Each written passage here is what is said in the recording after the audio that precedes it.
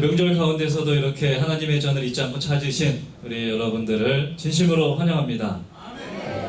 아까 담임 목사님께서 말씀하셨는데 딸이 3명이 아니고요, 딸 2에 아들 1 있습니다.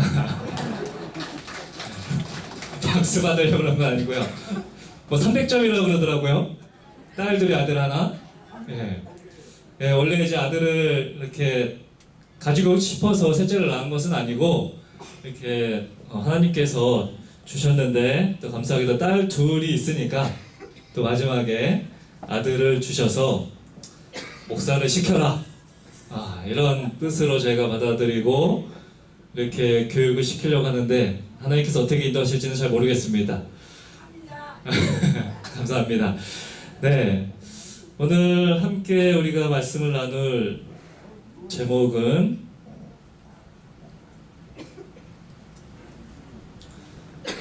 당신은 사랑받기 위해 태어난 사람이라는 제목입니다. 자, 이게 무엇이죠? 예, 콘플레이크, 콘프라이트, 이름이 아주 비슷하지만 우리 시리얼이라고 마트에 가면은 흔히 볼 수 있는 그런 제품입니다. 자, 이거는 무엇입니까? 원래 초코파이 좋아하세요? 네, 초코파이입니다. 이거도 마트에 가면은 많죠. 예, 많이 볼 수가 있고 쉽게 구할 수 있는 것입니다. 자, 그렇다면 이거는 무엇일까요? 김 빼는 거. 예. 밥 매는 거. 예. 네, 빨래하는 거. 예, 빨래하는 겁니다.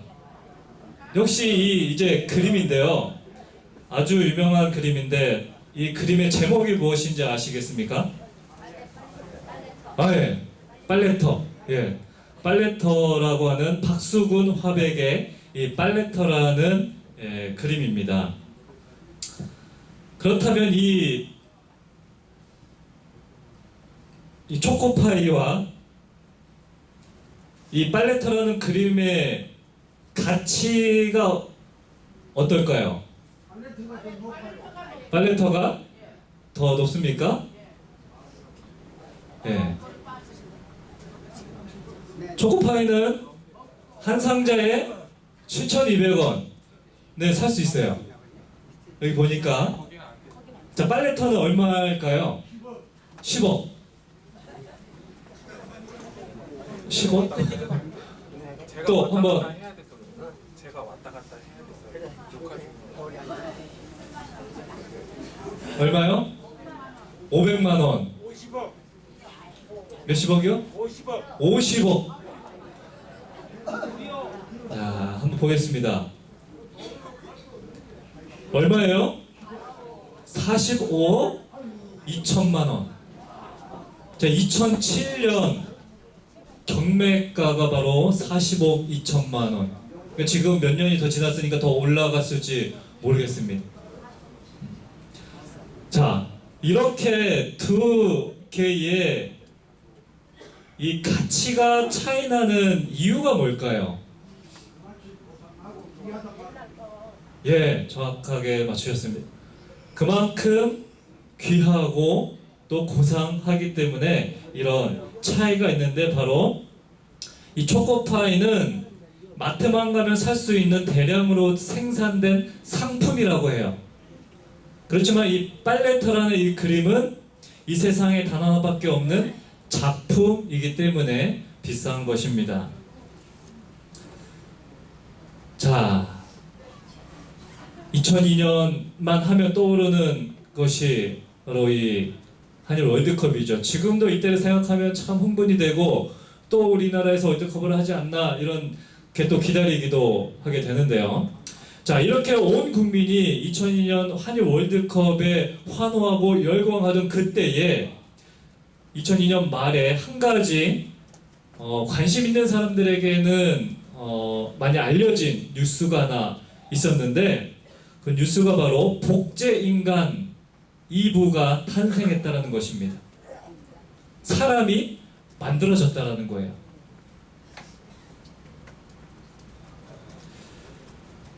자, 2009년 1월 14일 뉴스에 이렇게 기사가 실렸습니다. 브리지트 바셀리어가 오랜 침묵을 깼다. 자신이 2002년 12월 26일 복제한 여자아이 이브가 정상적으로 건강하게 잘 자라고 있다고 미국 라스베이거스에서 세계를 향해 외쳤다. 네. 바셀리어라는 과학자가 2002년 12월 26일 날 한 여자아이를 복제해서 태어났다라는 거예요.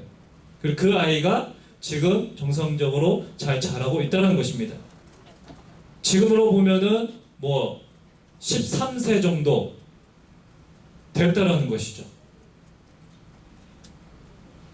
자, 이 순수한 과학적 의학적 입장에서 본다면 인간을 복제하는 것은 이 불치병을 치료하고 아이를 가질 수 없는 사람들에게 아이를 줄 수 있다라는 아주 희망적인 메시지가 될 수 있습니다.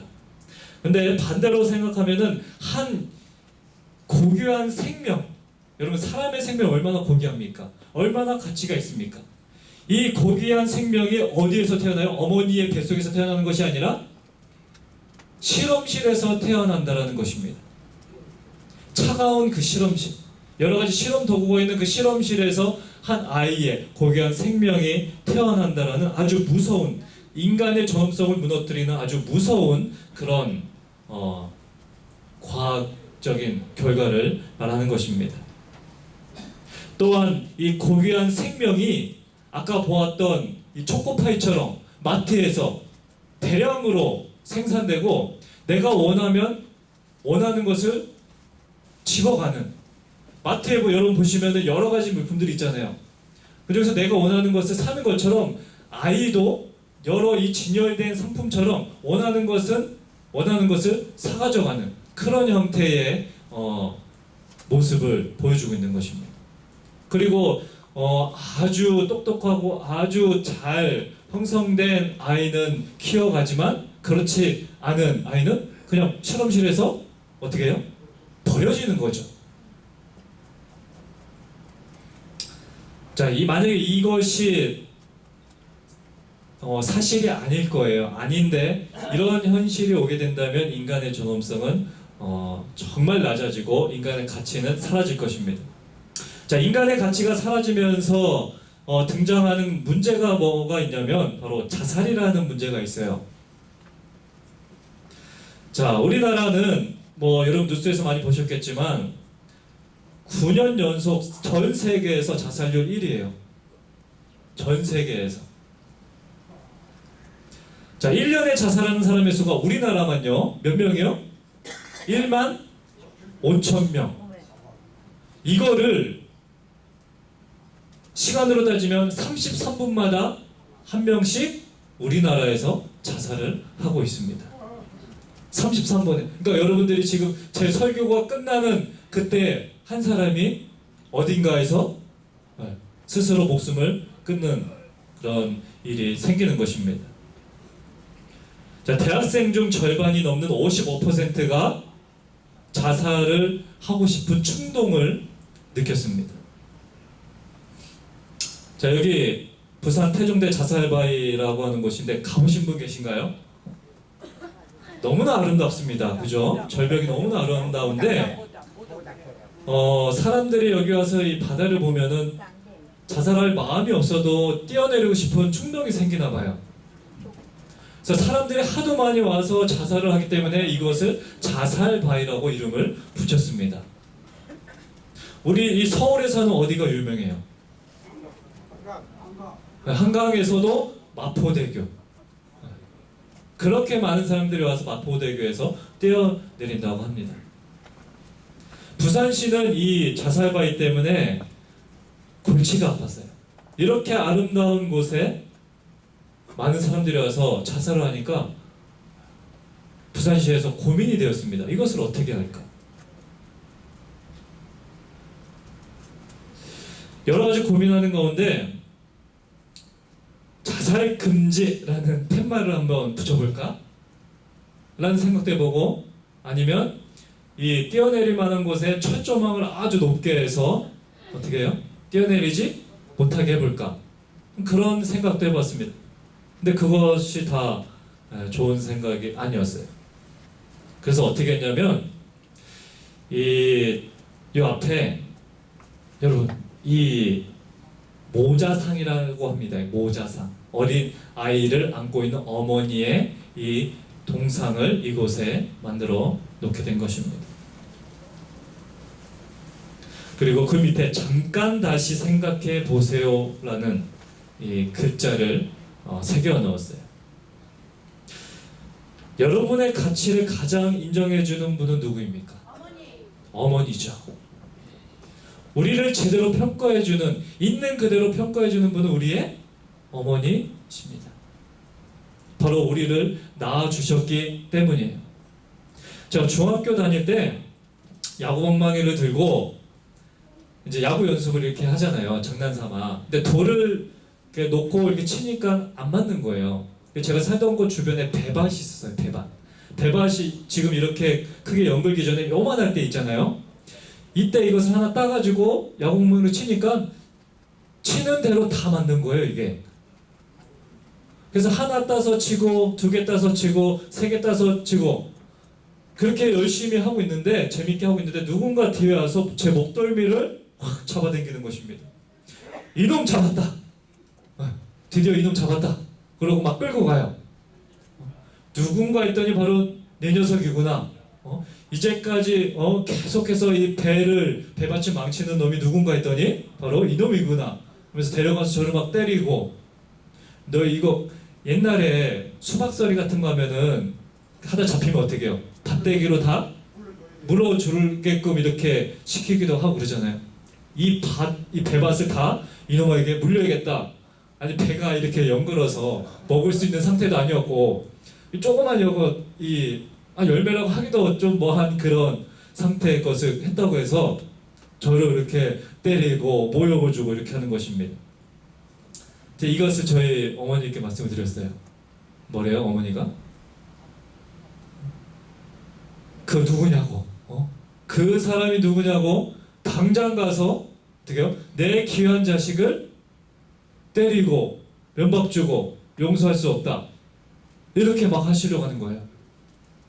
여러분, 잘못은 누가 있습니까? 제가 있죠. 따면 안 되는데 땄어요. 제가 했어요. 근데도 저희 어머니께서 생각하시는 건 뭐예요? 제 잘못을 먼저 생각하는 것이 아니라 제가 다른 사람한테 맞고 또 이렇게 모욕을 받은 것이 속상해서 이렇게 당장 쫓아가서 이렇게 말씀하시려고 하는 모습을 제가 보았습니다. 저를 때리던 사람들에게 저는 그저 자신들의 것에 피해를 입히는 아무런 가치 없고 우스워 보이는 존재였지만 저는 저희 어머니에게 가장 소중한 존재라는 사실입니다. 어머니 앞에서는 우리 모두 그 세상 어떤 존재보다 가치 있는 존재가 되는 것입니다. 그래서 바로 이 수많은 사람들이 와서 자살하는 이곳에 어머니 상을, 아이를 안고 있는 어머니 상을 이렇게 세워놓은 것입니다.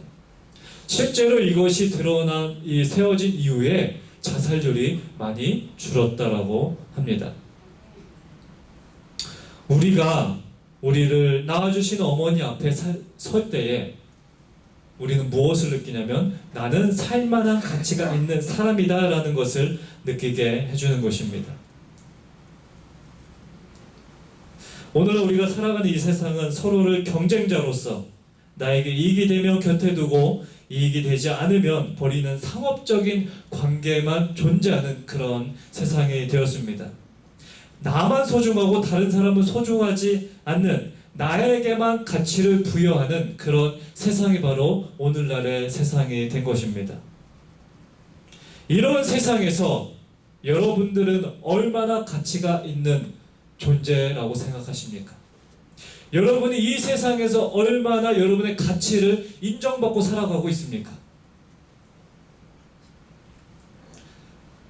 오늘 이 시간에 여러분 하나하나가 얼마나 가치가 있는 존재인지 우리 성경의 말씀을 통해서 말씀을 드리겠습니다. 자, 창세기 1장 26절에는 이런 말씀이 있습니다. 창세기 1장 26절.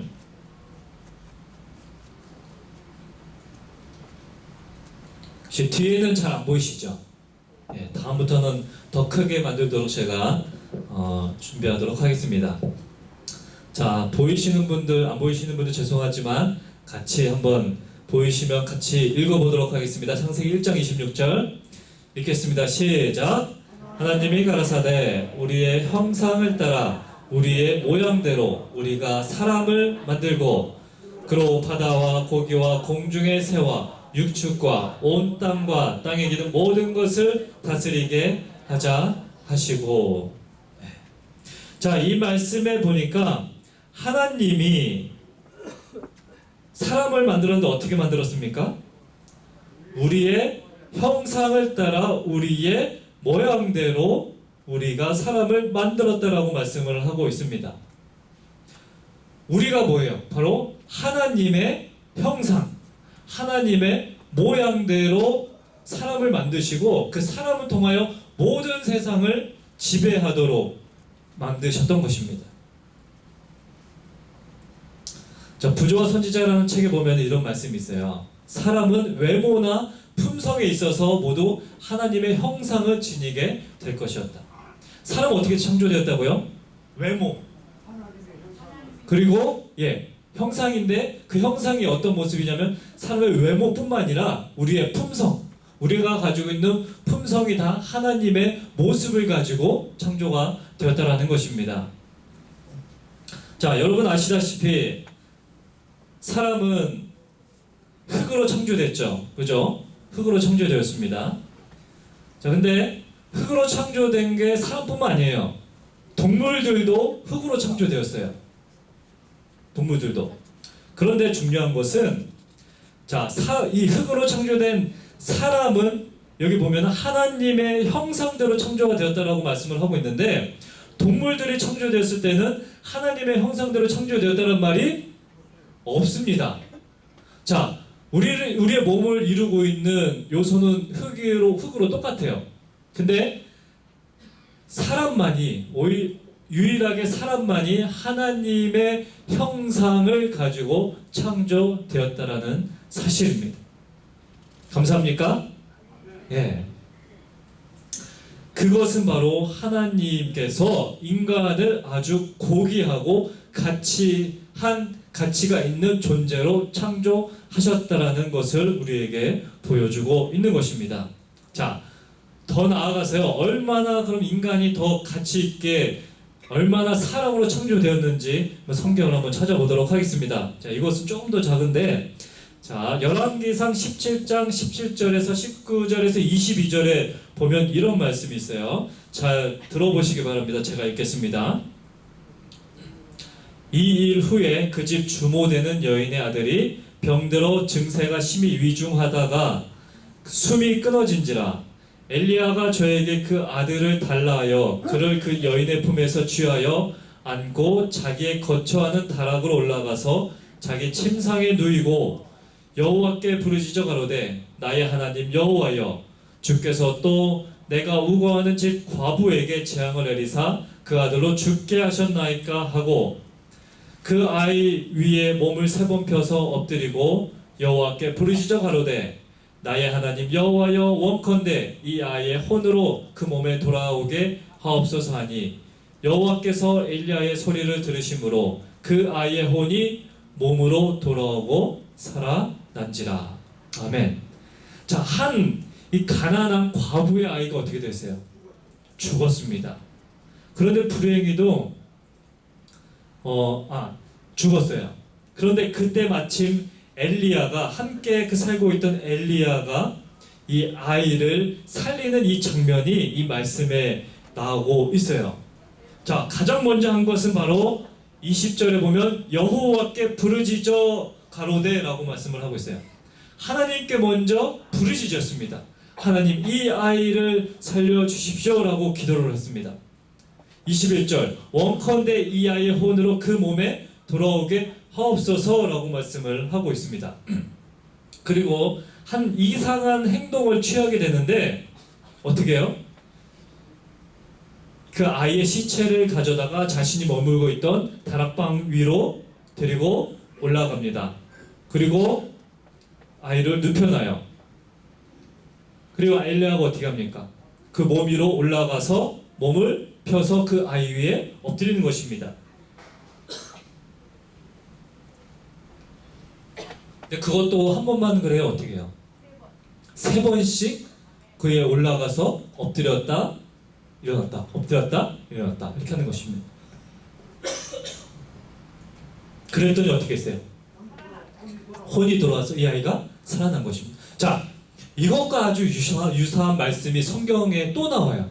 똑같은 말씀으로 보이는 것 같지만 다른 이야기인데 아주 비슷합니다. 그 말씀을 보면은 이 상황이 조금 더 잘 이해가 돼요. 함께 보겠습니다. 이번에는 열왕기하 4장 32절에서 35절에 있는 말씀인데요.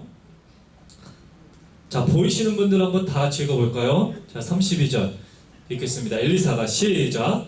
엘리사가 집에 들어가 보니 아이가 죽었는데 자기의 침상에 눕혔는지라. 들어가서는 문을 닫으니 2사람뿐이라. 엘리사가 여호와께 기도하고 아이의 위에 올라 엎드려 자기 입을 그 위에, 자기 눈을 그 눈에, 자기 손을 그 손에 대고 그 몸을 엎드리니 아이의 살이 차차 따뜻하더라. 엘리사가 내려서 집 안에서 한번 이리저리 다니고 다시 아이 위에 올라 엎드리니 아이가 7번 재채지하고 눈을 뜨는지라. 네, 아멘. 자, 여기에서도 아까는 엘리야라는 선지자가 등장을 했고요. 지금은 누가 등장하고 있습니까? 엘리사라는 선지자가 등장을 하고 있고, 죽은 아이를 살리는 아주 똑같은 아주 유사한 모습을 보여주고 있습니다. 그런데 아까 엘리야가 했던 것처럼 이 엘리사가 아이를 살리기 위해서 가장 먼저 한 게 뭐예요? 여호와께 뭐 했다? 기도했다라고 말씀을 하고 있는 것입니다.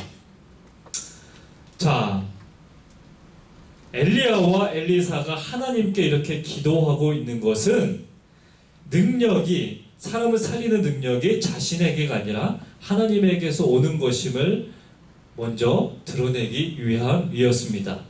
자, 여러분, 제가 지금 목이 안 좋아서 자꾸 물을 먹는데 죄송합니다. 자, 예를 들어서 여러분 어떻게 몸이 좀 불편하신 데가 있으시잖아요, 그죠? 근데 제가 여러분들에게 여러분의 모든 병을 치료하겠습니다 하고 여러분이 아픈 부위를 쫙 만지니까 여러분의 몸이 치유가 됐어요. 그럼 여러분 그 치유가 된 다음부터 저를 어떻게 보시겠습니까? 하나님처럼 신으로 이렇게 보시겠죠. 그리고 막 저를 막 경배하려고 하지 않겠습니까? 마찬가지였어요. 만약에 엘리야와 엘리사가 이런 하나님께 기도하는 모습 없이, 장면 없이 그가 하나님 아이를 살렸다면, 물론 아이를 살릴 수 있는 능력이 없습니다. 그런데 혹시 그랬다고 한다면 이 죽은 아이의 엄마는 엘리야와 엘리사를 어떻게 하겠어요? 하나님처럼 막 경배하겠죠. 하나님, 우리 하늘에 계신 한 분밖에 안 계신데. 그래서 엘리야와 엘리사는 이곳에서 먼저 하나님께 간절히 기도하고, 생명을 주신 분은 하나님이시기 때문에 그 생명을 다시 주는 분도 하나님이라는 사실을 이곳에서 보여주고 있는 것입니다. 자, 넘어가서요. 엘리사가 기도하고 이제 어떻게 합니까? 자, 아까보다 조금 더 자세한 장면이 나오는데, 자, 여기 그림이 이제 보이시면은 아이의 위에 올라 엎드려 어떻게 했다고 그랬어요? 자기 입을 그 입에 대고, 자기 눈을 그 눈에, 자기 손을 그 손에 대고 그 몸을 엎드리니 아이의 살이 어떻게 됐어요? 차차 따뜻하여 졌더라 라고 말씀을 하고 있는 것입니다. 여러분, 그때 그 장면 한번 눈을 감고 한번 생각을 해보시기 바랍니다. 죽은 아이의 시체가 있어요. 그 시체 위에, 아주 차가운 시체 위에 올라가서 그 위에 자기 입을, 그 눈에 자기 눈을, 그 코에 자기 코를 갖다 대었더니 그 차가운 그 시체가 차차 따뜻해진 것입니다. 우리가 볼 때는 참 이상한 행동이에요. 그런데 그 이상한 행동이 중요한 것이 아니라 그 행동이 가지고 있는 중요한 의미를 우리가 알아야 하는 것입니다. 그 차가운 시체 위에 올라간다는 것은 죽은 아이를 기필코 살리기 위하여 자기를 다 내어 던진다는 희생을 표현한 것입니다. 여러분, 하나님께서 이 세상을 창조하실 때 어떻게 창조하셨어요? 네, 똑같게 창조하셨는데 말씀으로 창조하셨죠. 빛이 있으라 하시니 빛이 있었습니다. 궁창이 있으라 하니 궁창이 있었습니다.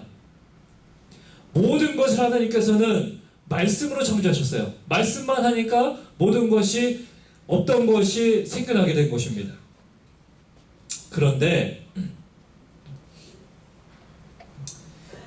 이 하나님께서는 사람을 만드실 때 말씀만으로 하신 것이 아니라 하나님께서 직접 빚으시고 그 코에 호흡을 불어넣으심으로 창조하셨던 것입니다.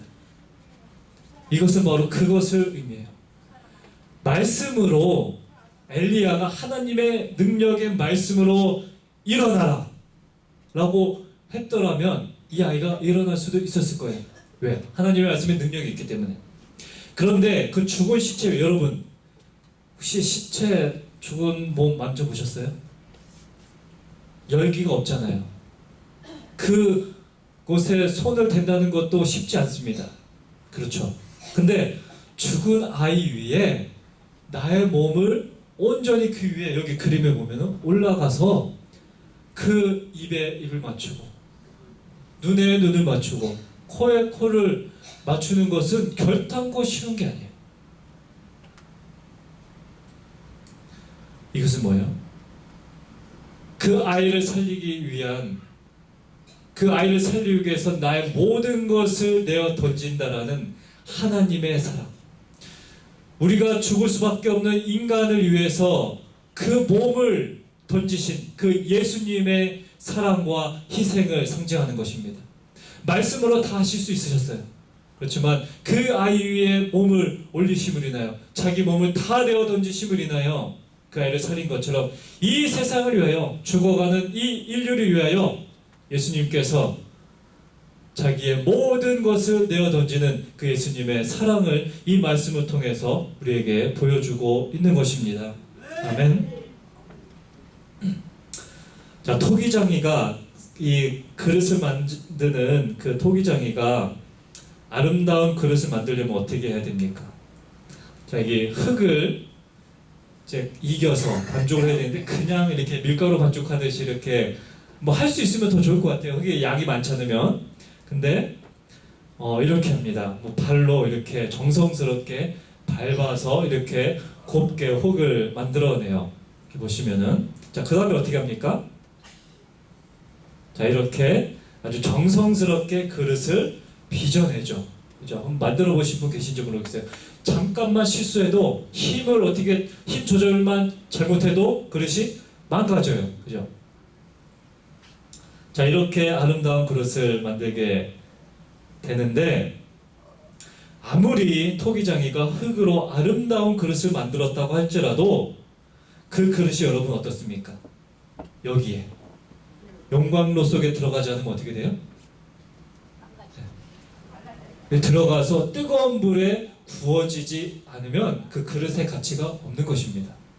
그 모양이 아무리 아름다워도 뭐예요? 쓸 수가 없잖아요. 흙, 찰흙으로 우리가 무엇을 만들었을 때 그것이 그냥 굳어버리면 그냥 그 모양대로 있지 그것의 가치가 없고, 아무리 훌륭한 장인이 그것을 만들었다고 할지라도 그것을 비싼 돈을 주고 구입하지 않습니다.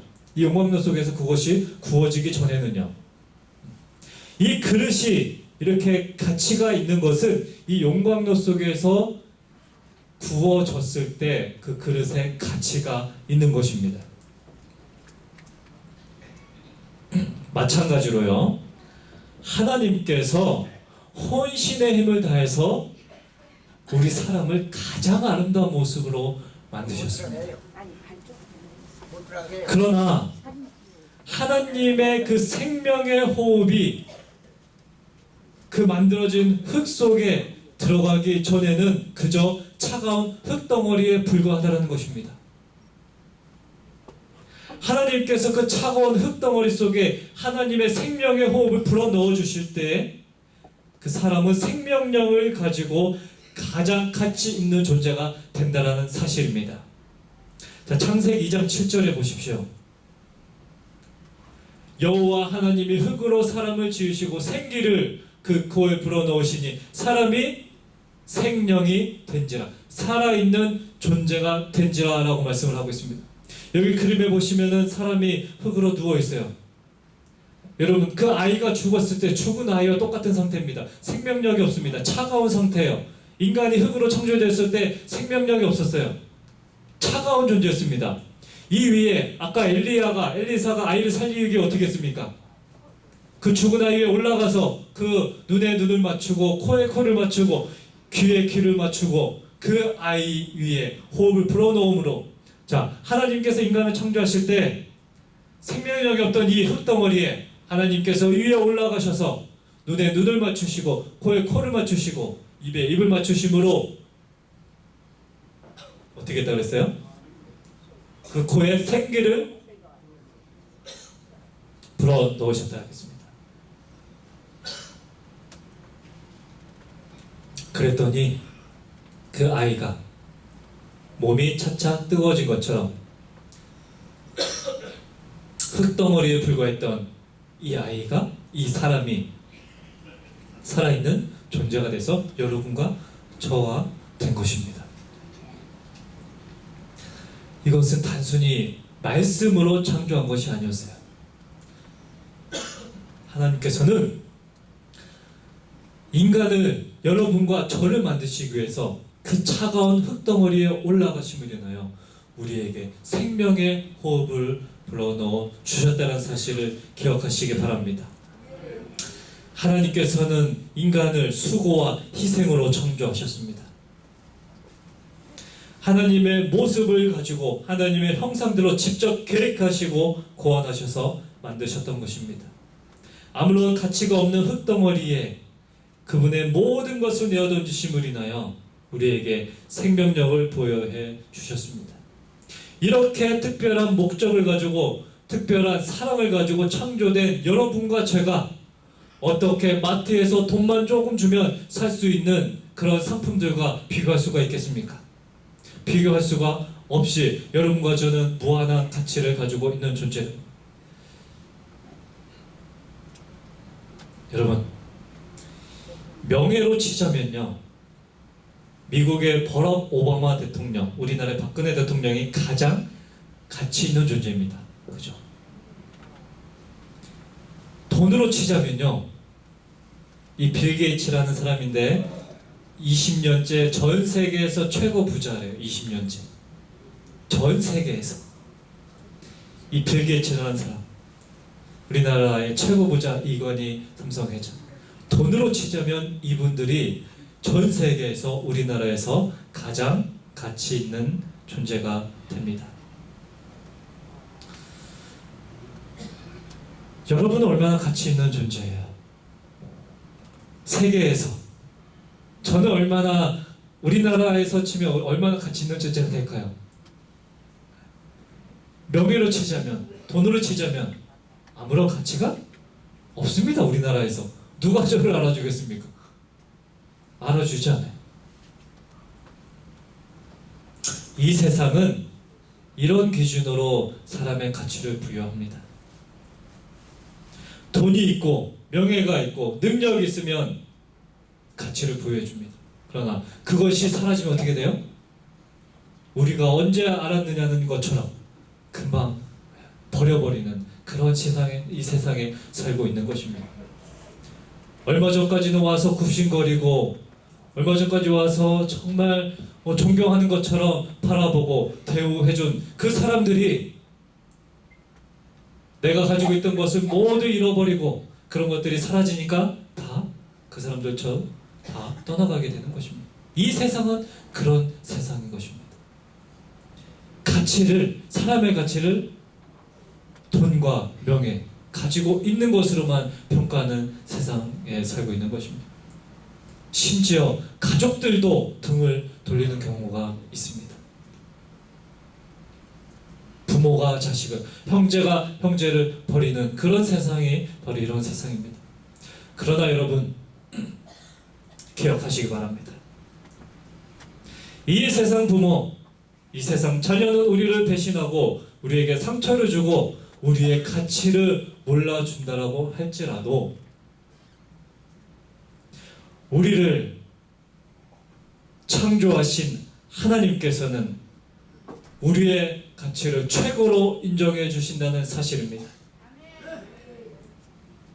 여러분 한 사람 한 사람 너무나 소중하고 가치 있는 분들입니다.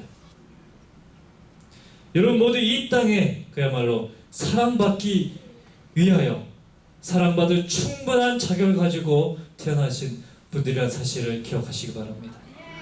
그리고 마지막 한 가지, 우리가 어머니에게 돌아갈 때 우리의 가치가 인정해 받듯이 우리가 늘 우리를 만드신 그 하나님께 감으로 인하여 여러분의 최고의 가치를 인정받는 여러분 되시기를 간절히 바랍니다.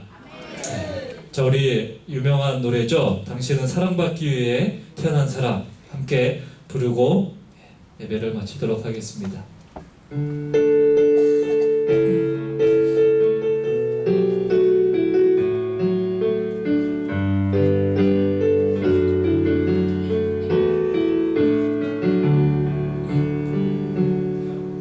당신은 사랑받기 위해 태어난 사람, 당신은 삶 속에서 그 사랑받고 있지요.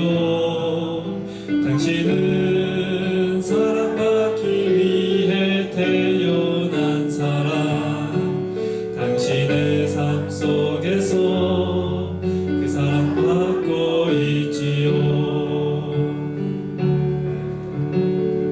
태초부터 시작된 하나님의 사랑은 우리의 만남을 통해 열매를 맺고 당신이 이 세상에 존재함으로 인해 우리에겐 얼마나 큰 기쁨이 되는지. 자, 옆에 계신 분 손 한번 잡고 노래 불러볼까요? 당신은 사랑받기에 태어난 사람, 지금도 그 사랑 받고 있지. 옆에 같이 있는 분 한번 쳐다보세요. 당신은 사랑받기에 태어난 사람, 지금도 그 사랑 받고 있지요. 여러분들은 이 세상에서 사랑받기 위해 태어나시고 지금도 너무나 가치 있는 분이라는 사실을 기억하시길 바랍니다. 말씀 마치겠습니다.